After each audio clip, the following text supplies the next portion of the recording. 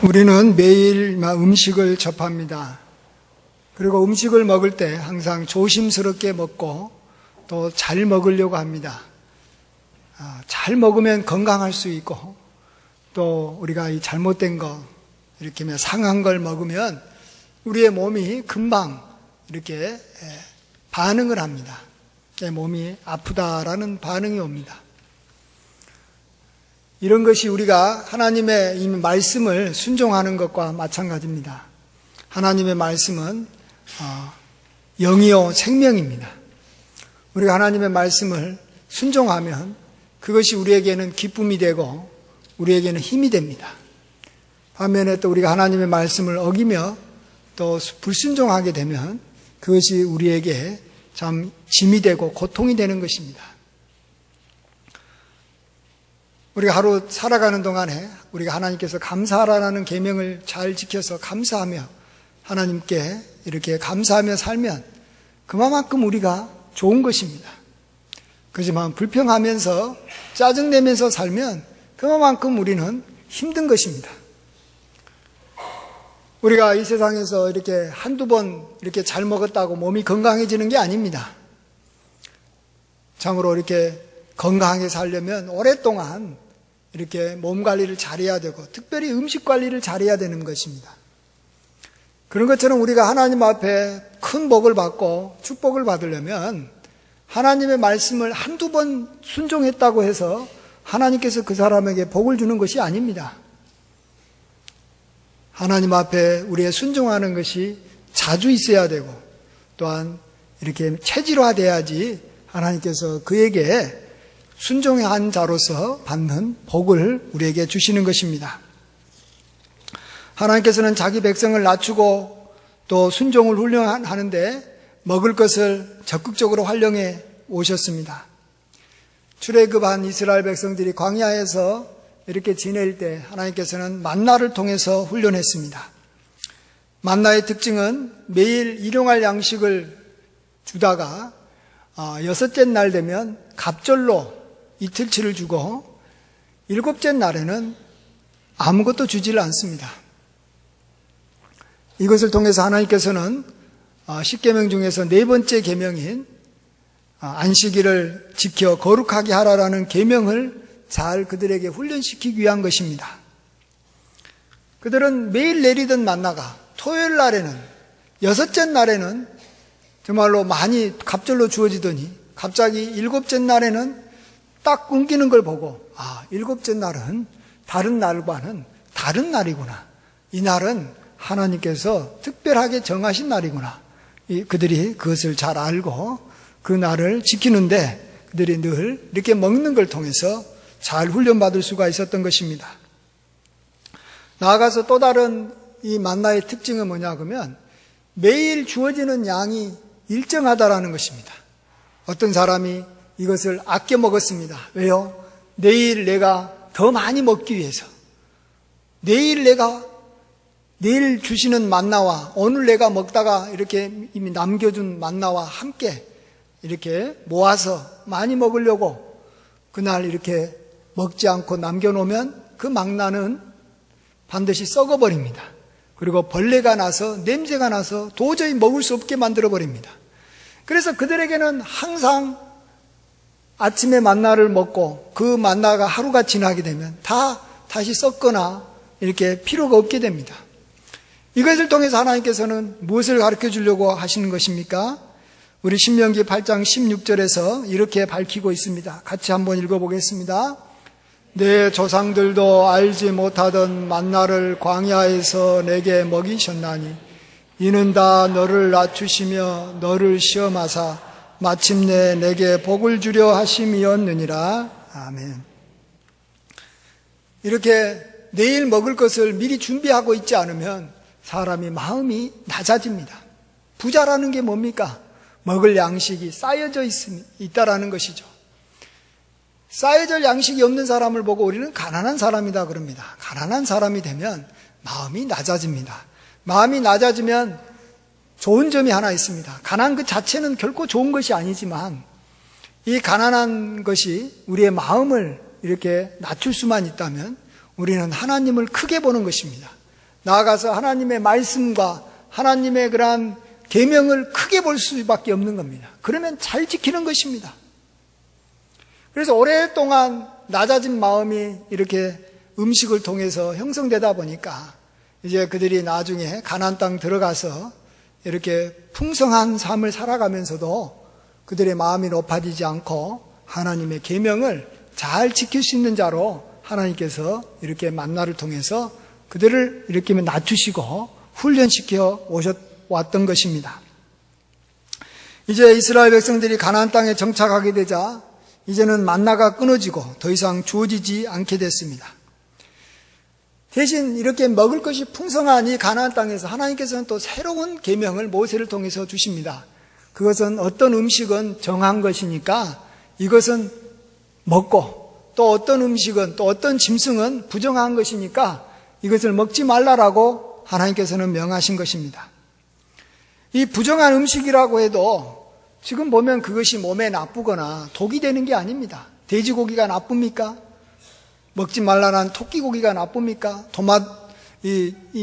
다른 어떤 이 도마뱀 같은 그러한 짐승이 우리 몸에 해로운 겁니까? 그게 아닙니다.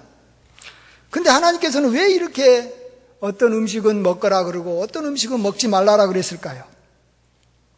그 이유를 오늘 본문을 통해서 보면 우리가 좀 밝히 알 수가 있습니다. 우리가 잘 아는 대로 베드로가 이렇게 환상 중에 이렇게 큰 보자기가 내려올 때 거기에는 자기가 그동안에 먹지 않았던, 먹어서는 안 된 부정한 그러한 짐승들이 있었습니다. 그래서 나는 먹지 않겠다라고 이야기하는데 위에서 큰 소리가 나서 말하기를 하나님께서 그것을 깨끗하게 했으니까 너는 이걸 먹어라 그러는 거예요. 베드로는 나는 절대 못 먹습니다. 하늘에서는 먹어라. 그리고 이제 3번 이러한 환상이 있고 다시 이 보자기 같은 그릇이 올라가지 않습니까? 베드로가 이걸 가지고 이제 왜 그러나 하고 이게 무슨 뜻인가 하고 궁금해 하는데 하나님께서는 그에게 앞으로 너에게 이 2 사람이 찾아올 테니까 그를 잘 이렇게 영접해서 그를 이렇게 따라가라라는 것입니다. 그래서 그가 이 지붕에서 기도하고 마쳐서 이제 내려가 보니까 정말로 2 사람이 와 있는 거예요. 그래서 왜 나를 찾느냐 그러니까 이 베드로라는 사람이 우리를 보냈는데 참으로 이 고넬료라는 사람이 당신 베드로에게 우리를 보냈는데 이 고넬료는 참 의인이고 경건한 사람이다. 유대 땅에서 칭찬 많이 받는 사람인데 당신에게 무슨 말을 듣고자 해서 이 천사가 이렇게 가라라는 그런 지시를 내려서 이렇게 우리가 당신을 고넬료 집으로 데려가기 위해서 왔습니다. 이렇게 말하지 않습니까? 자, 우리는 이걸 통해서 하나님께서 먹지 말라라고 하는 그러한 짐승이 무엇을 상징하고 있는지를 알 수가 있었던 것입니다. 그 바로 직접적으로는 고넬료를 말하는 것입니다. 또 좀 더 확장하면 그것은 고넬료와 같은 이방인들을 말하는 것입니다. 그들은 먹지 말아라는 것입니다. 이건 뭘로 그들은 해석했습니까? 사귀지 말라라는 것입니다. 그들과 같이 식사하지 말라라는 것입니다. 왜 그렇습니까? 가나안 땅에서는 주변에 있는 이방 족속들이 하나님을 모르고 율법을 모르고 죄 가운데 우상을 섬기며 살아가는데 그들로부터 영향력을 받지 않고 경건한 백성으로 하나님께서는 잘 지내기 위해서 그런 것입니다. 반면에 정한 음식은 무엇을 말하겠습니까? 깨끗한 음식, 깨끗한 짐승은 뭘 말하겠습니까? 그것은 같이 하나님을 섬기는 거룩한 하나님의 백성들을 말합니다. 그래서 이스라엘 백성들끼리는 서로 친하게 지내고 서로 간에 귀하게 여기고 사랑하고 함께 일하는 것입니다. 그렇습니다. 여기에서 우리가 잘 아는 대로 유대인들의 이렇게 선민의식이 나온 것입니다. 우리는 하나님께서 택한 특별한 백성이다.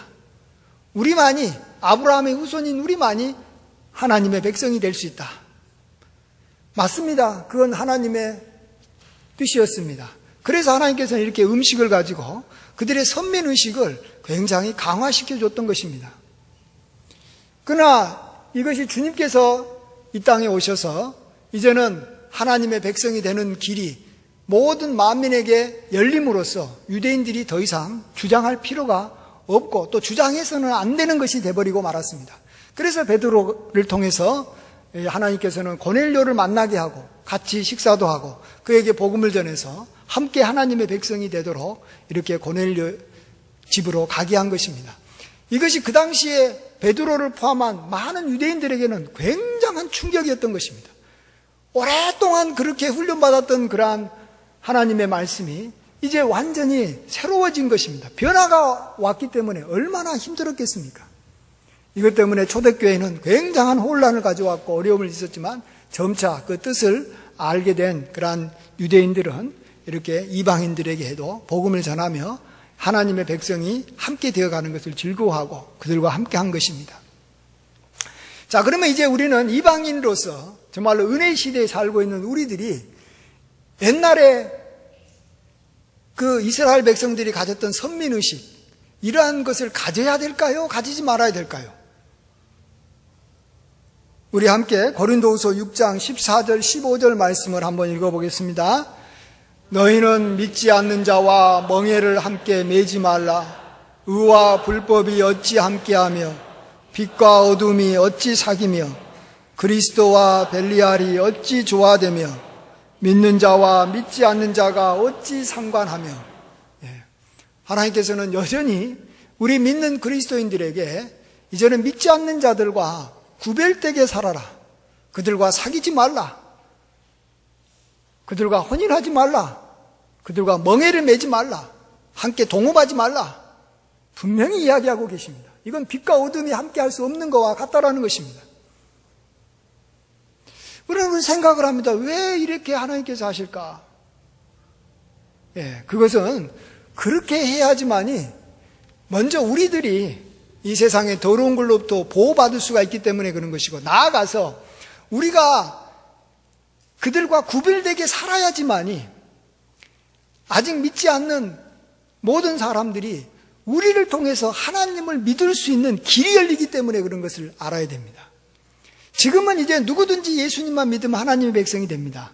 근데 먼저 믿었던 우리가 하나님의 백성이라는 것을 우리가 자랑스러워하고 이런 것을 이렇게 눈에 띄게 좀 구별되게 살아야지만이 세상 사람들이 관심을 갖는 것입니다. 쟤들 왜 저러지? 왜 자기가 하나님의 백성이 됐다라고 지자랑하고 있고 저렇게 자기들끼리만 좋아하지? 그들이 궁금해하는 것입니다. 그래서 그들이 이걸 통해서 하나님께로 오려고 하면 이제는 누구나 쉽게 예수님만 믿으면 하나님의 백성이 되는 거예요. 반면에 그런 모습을 보고 자기들과 구분된 모습을 보고 별로 관심도 없고 하나님 백성이 되는 것에 대해서 그들이 무시하면 그걸로 끝나는 거예요. 옛날 구약시대에 이스라엘 백성들은요, 그게 자기가 선민이라고 하나님 백성이라고 자랑하면 이방인들에게는 굉장히 부담되는 거예요. 왜냐하면 하나님 백성이 되고 싶어도 그게 안 되잖아요. 만일 자기가 하나님 백성이 되려면 자기 민족을 버려야 돼요. 요즘으로 말하면 그래도 물론 그게 어려운 건 아닙니다. 요즘으로 말하면 미국 시민권 얻는 거나 마찬가지예요. 그리고 미국 가서 이민해서 사는 거예요. 근데 요즘에도 미국 가서 미국 시민권 얻는 거 사실 어려운 건 아닙니다. 그 당시에 하나님 백성이 되고 싶으면 이 모압 여인이면 루시라든지 또 여리고성에 살았던 그 기생 라합처럼 자기 민족을 버리고 모압 땅을 버리고 이스라엘 민족에 가가지고 그 민족이 되면 되는 거예요. 근데 그게 쉬운 것이 아니었습니다. 그 당시에는 이렇게 가족끼리 매이게 되고 친척끼리 매이게 되고 같이 이렇게 자기 민족끼리 매이게 되고 자기 민족의 신이 있기 때문에 그것을 버리고 이렇게 이스라엘 민족이 된다라는 것은 쉬운 것이 아니었습니다. 그러나 지금은 얼마나 쉽습니까? 예수님을 믿겠다라고 입으로 고백만 하면 다 하나님의 백성이 되는 그런 시대입니다.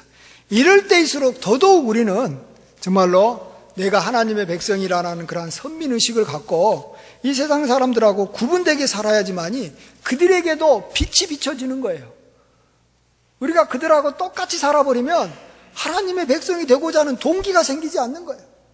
어떤 사람들은 세상에 나가서 복음을 전한답시고 세상 사람들이랑 막 가까이 지내고 똑같이 지내려고 그러는데 그거보다는 복음을 조금 전하지 못해도 구별되게 거룩하게 살고 순결하게 살고 우리가 정말로 그들과 이렇게 좀 다르게 살면 그것이 훨씬 더 효과적으로 복음을 전할 수 있는 방법이라고 생각합니다. 그리고 그것에 대해서 자기 스스로 긍지를 좀 가져야 돼요.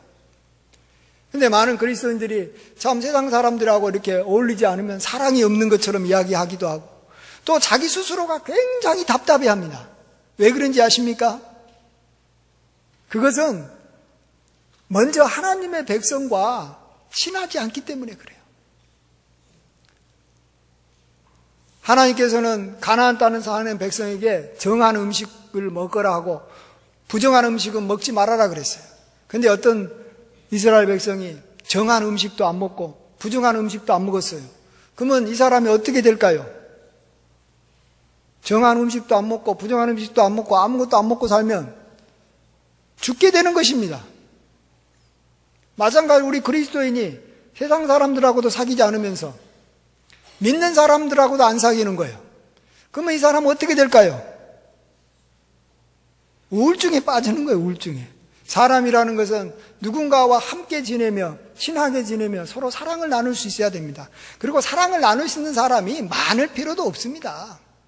몇 명만이라도 내가 마음을 다해서 서로 사랑하고 함께 귀하게 지내면 그것만으로 충분합니다. 여러분 사랑해 줄 사람이 뭐 100만 명, 1000만 명 필요합니까? 아니지 않습니까? 충분히 우리는 이제 이 정도의 수이면 내가 충분히 사랑할 만하고 내가 사랑받을 만한 하나님의 백성들이 주변에 있는 것입니다. 그들과 기쁘게 살기만 하면 세상 사람들하고 관계 안 맺어도 살아가는데 전혀 문제가 없습니다. 또 요즘 시대는 예수님 믿는다고 핍박하는 시대도 아닙니다. 사업하거나 장사하는데 손해볼 일이 전혀 없습니다. 도리어 예수님 믿는 사람들을 통해서 또 세상 사람들이 그리스도인들은 신뢰성을 가지니까 정직하다고 하니까 훨씬 더 세상 살기도 편합니다.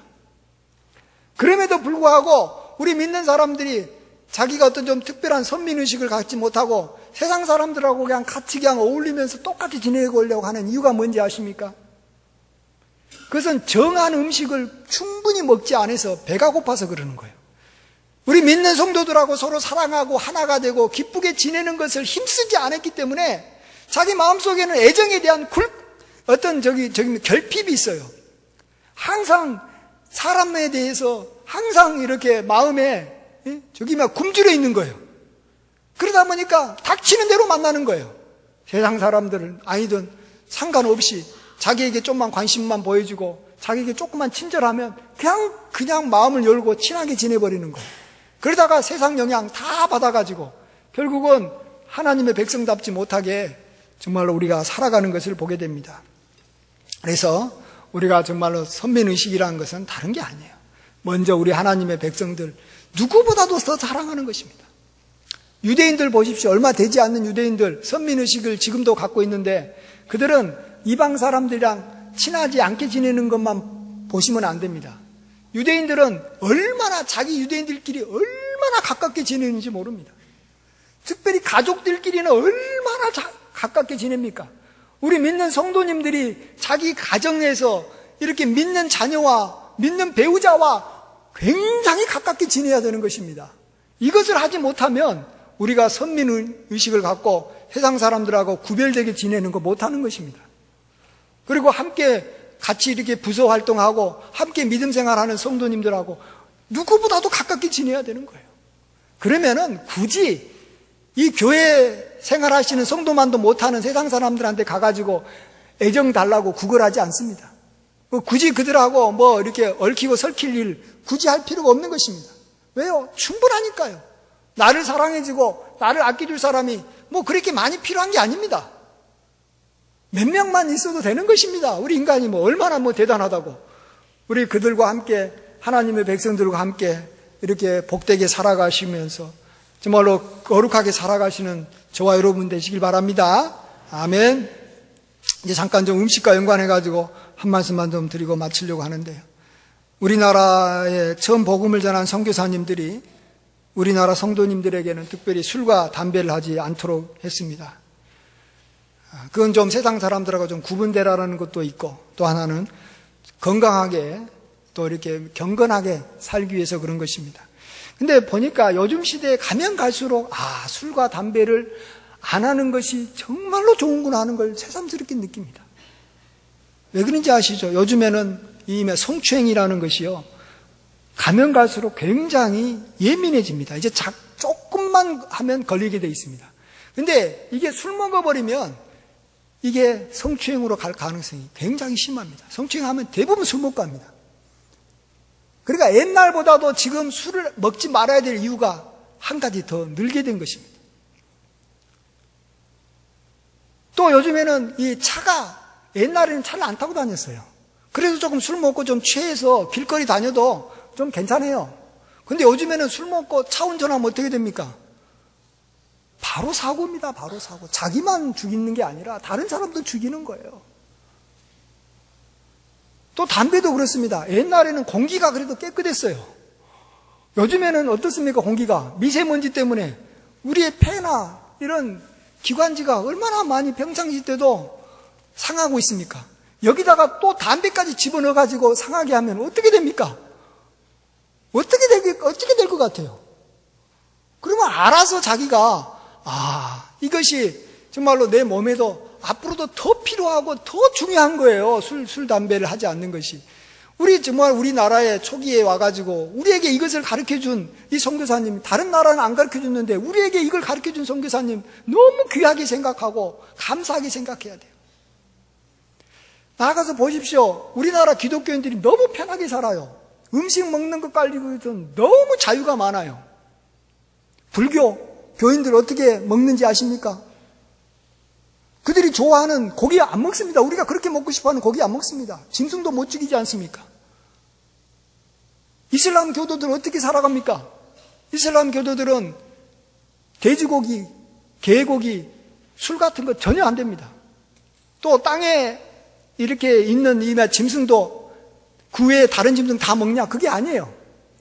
그들은 특정 장소에서 알라 신의 이름으로 이렇게 잡아서 이렇게 요리한 그 짐승 고기만 먹는 것이지 아무 데서 나오는 음식이라고 돼지고기 아니라고 먹는 게 아니에요. 얼마나 그들은 이렇게 까다로운지 모릅니다. 유대인들요, 지금도 구약에 있는 대로 그대로 먹을 것도 있고 안 먹을 것도 있고 그럽니다. 우리 개신교는 어떻게 합니까?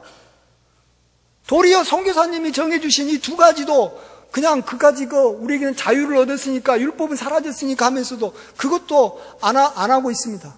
그러니까 우리가 순종이 뭔지를 배우지를 못하는 거예요. 배우지를 못해. 먹는 걸 가지고 순종을 배우지 못하면 순종이라는 것을 못하는 거예요. 그래서 이슬람 교도들이나 불교 교인만도 못하는 거예요. 순종하는 자세에서는 자기들이 생각하는 그 계명을 지키는 면에서는 훈련이 하나도 안 되는 거예요. 너무너무 자유, 너무너무 그냥 뭐든지 하나님의 은혜 이렇게 하다가 지금 개신교가 어떻게 돼갑니까? 그래서 제가 한 가지 좀 제안 드리고 싶은 것은 또 그렇다고 이 시간에 뭘 먹어라 먹지 마라 할 수는 없는 것이고 각자 자기 지식에 따라서 건강하다고 생각한 내 몸에 도움이 된다고 생각하면 그걸 즐거이 먹고 그렇지 않는 것을 내가 먹지 않아라는 것을 좀 제안해 드리고 싶어요. 이게 단지 건강을 위해서 그러는 건 아닙니다. 그건 세상 사람들도 그렇게 먹는 사람 많습니다. 이걸 하나님의 계명으로 스스로가 믿음으로 받아들이라는 거예요. 내가 저것을 먹는 것은 하나님께서 나에게 먹으라고 하신 것이다. 내 몸이 좋아서도 먹지만 하나님의 계명이다라고 스스로 확정하면서 감사함으로 먹고 저것은 먹으면 안 된다. 하나님께서 나에게 명하셨다. 저건 내 몸에 안 좋을 뿐만 아니라 저걸 먹은 것은 하나님의 계명을 어기는 것이다. 스스로가 좀 정해라는 것이에요. 그러면 먹지 말라는 그 품목에 반드시 술과 담배는 당연히 들어가는 거예요. 그러면서 우리는 순종의 축복을 누려가는 거예요. 내가 좋은 걸 먹었더니 또 내가 하루에 먹어야 될 일용할 양식만 먹고 탐심을 부리지 않고 내일 먹을 것까지 내가 끌어당겨 갖고 내가 그냥 이틀치 먹고 한 끼 먹어야 될 걸 그냥 두 끼 먹고 내가 그렇지 않고 일용할 양식 그때그때 먹어야 될 것만 먹었더니 내가 이렇게 건강하게 사는구나. 이것을 경험하면서 하나님의 말씀은 정말로 가장 좋은 음식인데 영의 양식인데 내 그 영의 양식을 내가 지키고 먹을 때마다 나는 그 양식으로 먹고 사는구나. 내 인생이 그래서 복되게 되는구나 하는 것을 경험해 가시라는 것입니다. 여러분 정말 우리가 이 먹는 걸 통해서 정말 하나님의 순종을 우리가 훈련해 나가는 것이 순종을 가장 쉽게 그러면서도 정말 이렇게 자기의 그 마음에 확실하게 순종하는 법을 배우는 법입니다. 어떤 것인지 먹는 것 가지고 훈련합니다. 우리 신앙생활도 여러분 먹는 걸 가지고 좀 훈련하십시오. 먹는 것을 함부로 먹지 마십시오. 하나님께 기도하고 감사함으로 먹고 이것을 먹는 것을 하나님께서 주신 음식이라고 믿고 먹고 또 너무 탐심을 부리거나 또 정말로 좀 우리가 봐서 이건 아무리 몸에 좋다 그래도 좀 아닌 것 같다라는 느낌이 드는 음식이 있으면 좀 먹지 맙시다. 너무 추잡하게 이것저것 다 먹어요. 너무 그러지 말아요. 안 먹어도 충분히 하나님께서 주신 좋은 거 많고요. 그거 안 먹어도 다른 영양분들 하나님께서 허락하신 수많은 좋은 음식으로 충분히 건강하게 살아갈 수 있습니다. 이거 좋다고 하면 우르르 가가지고 저거 먹고 저거 나쁘다고 하면 우르르 안 먹고 그러지 맙시다. 우리는 하나님의 백성입니다. 거룩한 백성입니다. 우리 음식을 가지고도 우리는 충분히 내가 세상 사람들하고 다른 사람이다. 우리가 즐거이 드러낼 수 있고 또 반드시 식사하기 전에 기도하는 거 이건 반드시 지켜야 됩니다. 기도하기 전에 하나님 감사합니다. 내가 이렇게 하나님 앞에서 이렇게 내가 세상 사람들하고 다른 사람인 것을 내가 식사할 때마다 공개적으로 드러낼 수 있게 해주신 거 너무너무 감사합니다. 꼭 식사할 때마다 특별히 안 믿는 사람들 앞에서 반드시 큰 소리로 기도하고 식사하고 이런 것들을 잘하면 하나님께서 우리를 통해서 기뻐하시고 순종하는 자에게 주시는 귀한 축복이 임하고 또 세상 사람들도 우리의 그런 모습을 보고 예수님을 많이 믿는 사람들이 생길 것입니다. 이러한 복된 인생 살아가시는 저와 여러분이 되시길 주의 이름으로 축원드립니다. 아멘. 아버지 하나님 감사합니다. 우리에게 너무 많은 자유를 주셨습니다. 이 자유가 우리로 하여금 너무 방종케 하고 있는지는 모르겠습니다. 아버지 하나님 우리에게 주신 그러한 음식을 가지고 나름대로 건강식으로 우리가 순종하는 것을 배우게 하여 주시고 순종의 축복이 무엇인가를 알아가게 하여 주시옵소서.